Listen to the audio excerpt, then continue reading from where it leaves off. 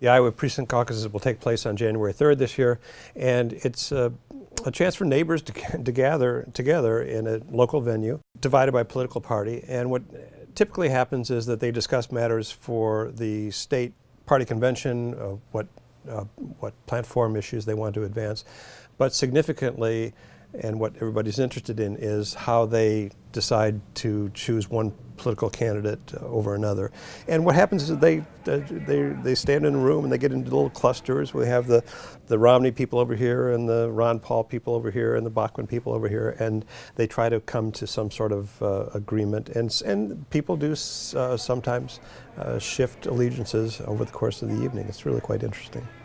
Each caucus comes up with a list of people that they choose to endorse. A primary is different in that it's just very much like an election. You go into a closed voting booth and you choose one candidate over another. What's different about the Iowa precinct caucuses is that it really is a neighborhood event.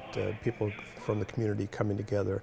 And so your preferences are made known. Some people do tend to shy away from the caucuses, don't go to the caucuses because they don't want to betray who they're supporting.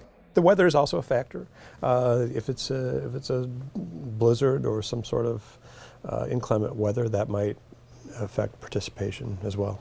Iowa is awfully important historically over the last several decades. First of all, in 1976, it was the springboard for Jimmy Carter to win the Democratic nomination.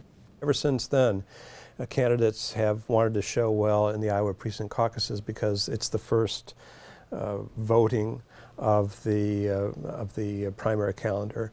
And if a candidate can demonstrate his or her ability to connect with the voters in Iowa, where you have a lot of retail politicking going on, then that will presumably provide a springboard for the succeeding primaries.